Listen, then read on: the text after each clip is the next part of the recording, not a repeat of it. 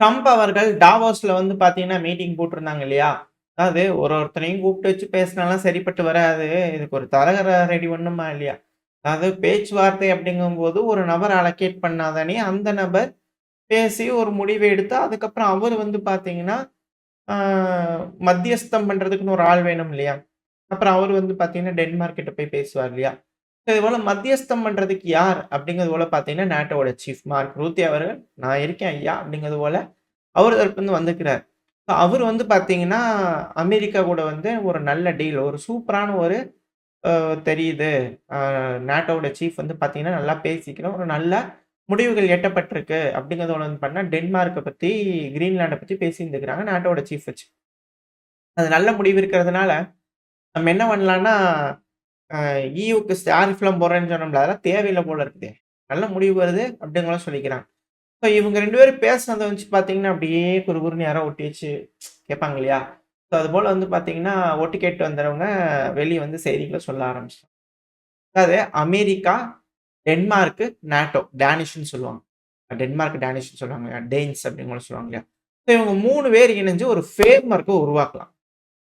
அந்த ஃப்ரேம்வொர்க் எதுக்குன்னா, அமெரிக்காவோட மிலிட்டரி ஆக்சஸ் கிரீன்லாண்டுக்குன்னு வந்து பார்த்தீங்கன்னா, அமெரிக்காவோட ராணுவம் ஆக்சஸ் பண்றதுக்குன்னு இடத்த குடுத்துருங்க. அதாவது இந்த ப்ரொபோசல் எப்படின்னா, அந்த பகுதியெல்லாம் அமெரிக்காவோட ராணுவம் இருக்கக்கூடிய பகுதியெல்லாம் அமெரிக்காவோட ராணுவத்துக்கு தான் சொந்தம். அது அமெரிக்காவுக்கு சொந்தம் அப்படிங்கிறது போல, எங்களுக்கு நீங்க எங்களோடதுன்னு குடுத்துருங்களேன். ம். அதாவது ட்ரம்ப் அவர்கள் தெளிவா தான் கேட்கிறாரு. "வெட்டு துண்ட தான் கேட்கிறேன் உங்ககிட்ட நானு." அப்படிங்கோல. "சின்ன ஐஸ் துண்டு தானே கேட்கிறேன்." அப்படிங்கிறது போல வந்து பண்ணா ட்ரம்ப் அவர்கள் தெளிவா தான் கேட்டிருக்காரு.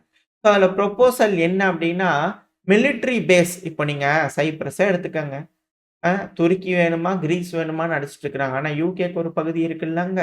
பேஸ் வச்சுக்கிறாங்க இல்லையா? அதே போல எங்களுக்கு சொந்தமான ஒரு பகுதின்னு கிரீன்லாண்ட குடுத்துருங்கய்யா. அங்க நாங்க மிலிட்டரி பேஸ் வச்சு, எங்களுக்கு வேணுங்கிறத பார்த்துக்கிட்டு, எங்க பேஸ் அங்க இருக்கு. எங்களோட பகுதியும் அங்க இருக்கு அப்படிங்கிறதுனால நாங்க அத பாதுகாத்துக்கிறோம் அப்படிங்கிறது போல வந்து பண்ணா ஒரு ப்ரொபோசல் வச்சிருப்பார் போல தெரியுது. அதாவது இதனால வந்து பார்த்தீங்கன்னா எப்படின்னா, ஒரு சின்ன பகுதி தானே கேட்கிறாரு. கிரீன்லாண்ட் மொத்தத்தையும் குடு அப்படிங்கிற போல கேட்கல இல்லையா? ராணுவன்றது அமெரிக்காவோட ராணுவம் அங்க இருக்கு. அத அமெரிக்காக்கு குடுத்துருங்க அப்படிங்கிறத கேட்கிறாரு. ஸோ இது ஒத்து வருமா? அப்படின்ற கேள்விகள் இருக்கு. இது வந்து ஒட்டுக்கேட்டு வந்து சொல்லக்கூடிய செய்திகள். மெயின் ஸ்ட்ரீம் மீடியால ஏதாவது வந்துச்சுன்னா பார்க்க ஆரம்பிக்கலாம்.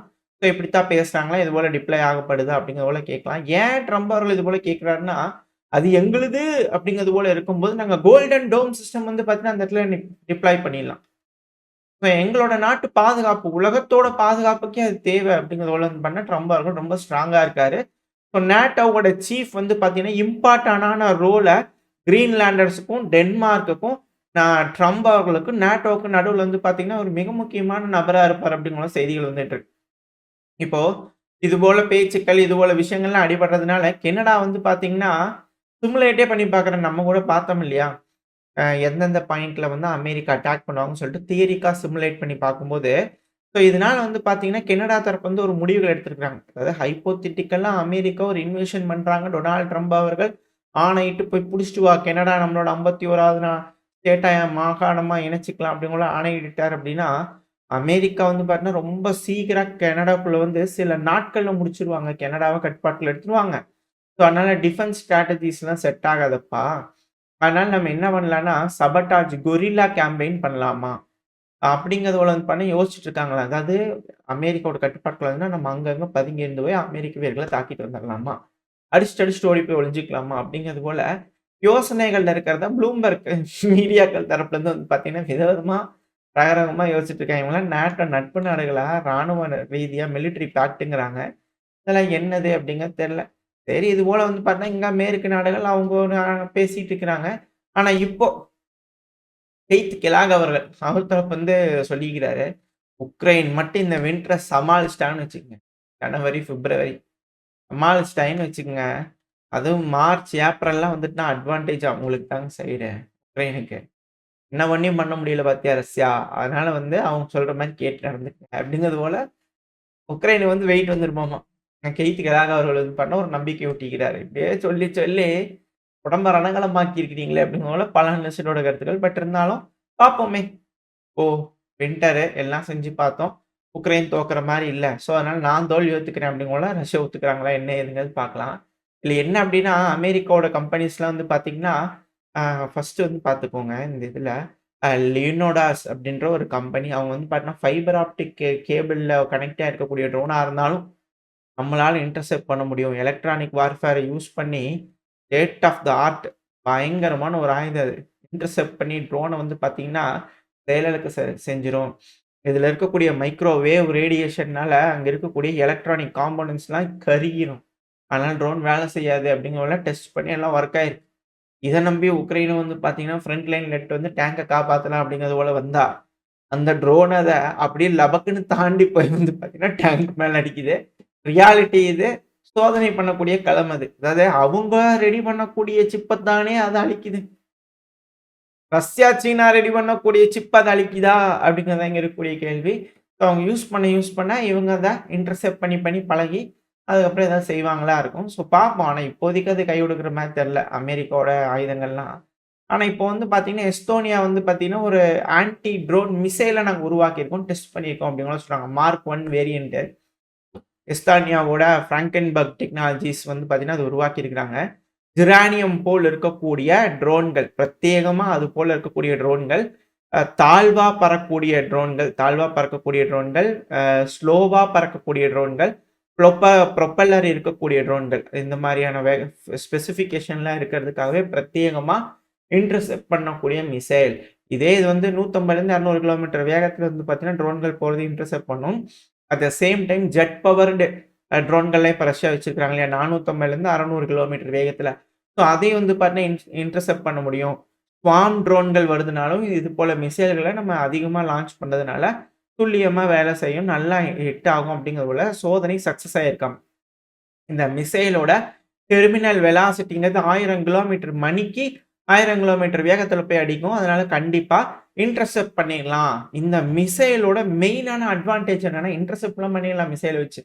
அட்வான்டேஜ் என்னன்னா, தற்போதைய ஸ்டிங்கர் மிசைல் இருக்கு இல்லையா? FIM-92 Stinger missile. ஸோ அத விட 10 மடங்கு காசு கம்மிங்க. அதனால இந்த மிசைல் அதிகமா புரொடியூஸ் பண்ணி நம்ம சேல் பண்ணி உக்ரைன் செக் பண்ணி பார்ப்பாங்களா என்னன்னு தெரியல. பட் ஆனா அவங்க இதுக்கப்புறம் அதிகமா புரொடியூஸ் பண்ணி நம்ம வச்சுக்கலாம். ட்ரோன்கள் ஆன்டி ட்ரோன் மிசைல் நம்ம உருவாக்கிட்டோம் அப்படிங்கிறது போல, அவங்க தரப்பு இந்த அப்ராக்ஸிமேட்டா $4000 வரும் ஒரு மிசைல் அப்படின்னு கூட சொன்னாங்க. எதுவா இருந்தாலும் இது $4000 ட்ரோனோட கம்பேர் பண்ணும்போது கம்மியா தானே இருக்கு. ஒரு மிசைல் அனுப்புறாங்க அப்படின்னா 2 ட்ரோன்கள் அங்க வருது அப்படிங்கிறது போல கணக்கு. $2000 அப்படிங்கிற போல கணக்கு சொல்றாங்க. பட் ஆனா ஆக்சுவல் ஃபேக்ட் என்ன ஏதுங்க தெரியல. அது ரஷ்யாக்கு தான் தெரியும் எவ்வளோ ரூபாய் உருவாக்குறதுக்கு ஆகுது அப்படிங்கிறது போல.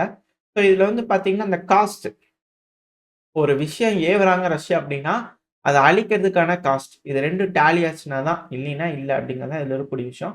இப்ப என்ன பண்றாங்கன்னு பார்க்கலாம். இப்ப என்னன்னா, மிடில் ஈஸ்ட்க்கு வந்துட்டோம் அப்படின்னா, பயங்கரமான ஒரு விஷயம் சம்பவம் ஆயிப்போச்சு சிரியால. இந்த குர்தினா மக்கள் வந்து பார்த்தீங்கன்னா, இத்தன நாளா இத்தன பேர்த்த அணகட்டி வச்சிருந்தீங்களா? இல்ல பிரிசன் சொல்லி எல்லாத்தையும் புடிச்சு கொண்டு போய் வச்சு ட்ரெய்னிங் குடுத்துட்டு இருந்தீங்களா? அப்படிங்கிறது போல தெரியல. பலவிதமான கருத்துக்கள் இருக்கு. ஆனா இத்தன பேர்த்த வெளிய விட்டீங்களேய்யா! வந்து பார்த்தீங்கன்னா, அப்படியே மந்தை மந்தையா வந்து பார்த்தீங்கன்னா, வெளிய விடுறாய்ங்களே! இவங்க எல்லாம் ஐசிஸாமா பிரிசன்லேருந்து வந்து பண்ணா தப்பிச்சு ஓடிட்டு இருக்கிறாங்க அப்படின்னு கூட சொல்றாங்க.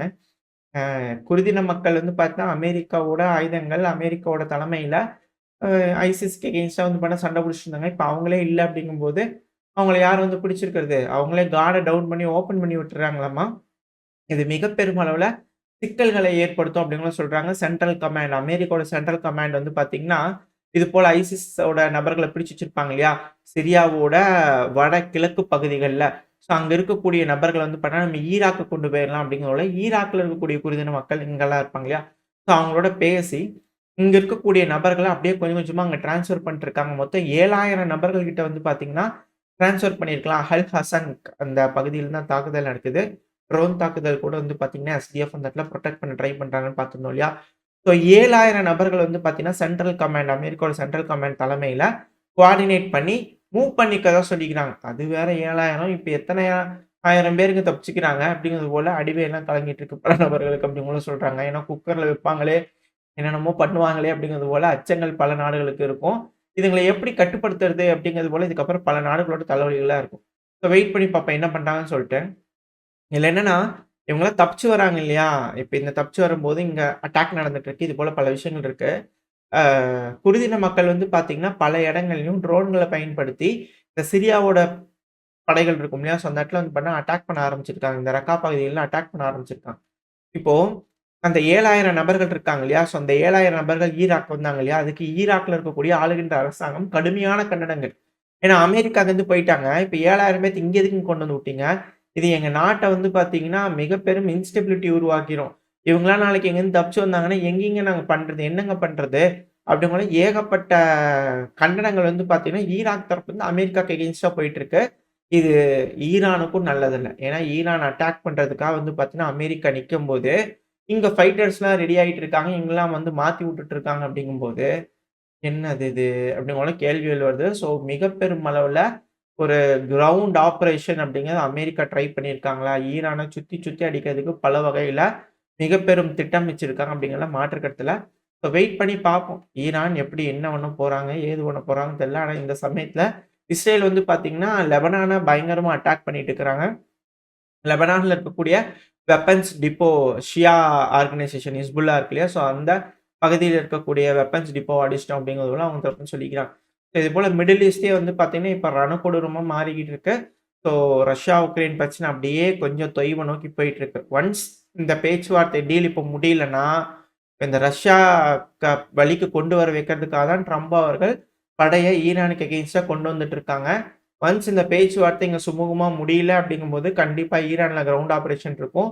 ஏன்னா, இது அடுத்த ஒரு எஸ்கலேஷன் ரஷ்யாக்கு வந்து பார்த்தீங்கன்னா, இந்த இடத்துல வீக் ஆகுது அப்படின்னா, ரஷ்யாவ வழிக்கு கொண்டு வந்துடலாம் அப்படிங்கறதுல ட்ரம்ப் அவர்கள் யோசிக்கிறாரு. என்னமோ தெரியல. ஸோ வெயிட் பண்ணி பார்ப்போம். இந்த பேச்சுவார்த்தைகள் முடிவடைய போதா? இதுக்கப்புறம் பேசி தீர்த்துக்க போறாங்களா? இல்ல மிக பெருமளவுல இந்த போர்கள் எஸ்கலேட் ஆக போதா? என்ன நடக்க போகுன்றத வெயிட் பண்ணி பார்த்தரலாம். ஓரளவுக்கான தகவல்கள் இந்த பதிவுல பார்த்திருப்போம்னு நெனைக்கிறேன். இதோட இந்த பதிவ நான் முடிச்சுக்கலாம். இந்த பதிவு எப்படி இருந்துச்சு உங்களுக்கு பிடிச்சிருக்கா? பிடிச்சுனா லைக் பண்ணிட்டு, உங்க ஃப்ரெண்ட்ஸோட நம்மட்ட ஷேர் பண்ணிக்கோங்க. அது கூடவே மறக்காம நம்ம சேனல சப்ஸ்கிரைப் பண்ணா மறக்காம சப்ஸ்கிரைப் பண்ணிக்கோங்க. அப்பதான் நம்ம போடக்கூடிய வீடியோக்கள மதிச்சு YouTube 4 பேத்துக்கு ப்ரமோட் பண்ணும். உங்களோட அன்பு ஆதரவு எப்ப எனக்கு இருக்கும்ன்ற நம்பிக்கையில இந்த பதிவ நான் முடிச்சுக்கிறேன். இந்த பதிவு நல்லா இருக்கும்ன்ற நம்பிக்கையில அடுத்த பதிவுல உங்கள சந்திக்கிறேன். Very stay safe. பை.